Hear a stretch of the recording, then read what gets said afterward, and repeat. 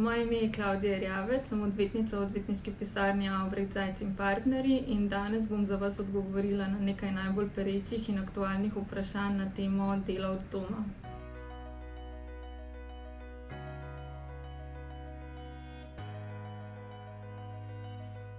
Dejansko predno delavec začne delati na svojem domu, bi moral njegove prostore oziroma delovni kotiček, kjer delavec to delo opravlja, pregledati varnostni inženir.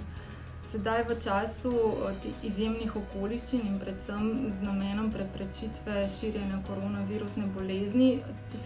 se tega delodajalci dejansko ne poslužujejo.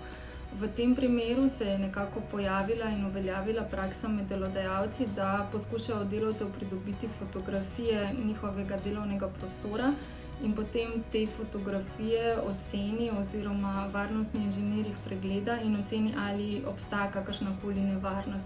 Zdaj vedeti moramo tudi to, da se načeloma delo, ki se opravlja od doma, govorimo predvsem o pisarniškem delu, ni neko delo, ki bi bilo nevarno v smislu nekega ogrožanja varnosti zdravja pri delu delavcev, niti pač družine delavca, ki delo od doma opravlja. Tako da tukaj nekih posebnosti oziroma tudi nekih nesreč v času, ko se je to delo spomladi opravljalo, ni bilo zaznati, niti ni bilo na to temo strani inšpektorata nekih posebnosti, ki bi bile ugotovljene. Kar se tiče drugače dela od doma, pa je dejansko tako, da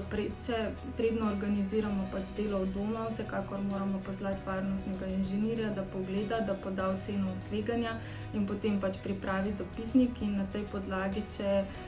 je delovni prostor ocenjen kot ustrezen, potem delavec lahko normalno delo opravlja od doma in tukaj je tudi delodajalec kot takšen zavarovan pred morebitnimi odškodninskimi zahtevki strani delavca, če bi se slučajno zgodila kakršnakoli nesreča doma.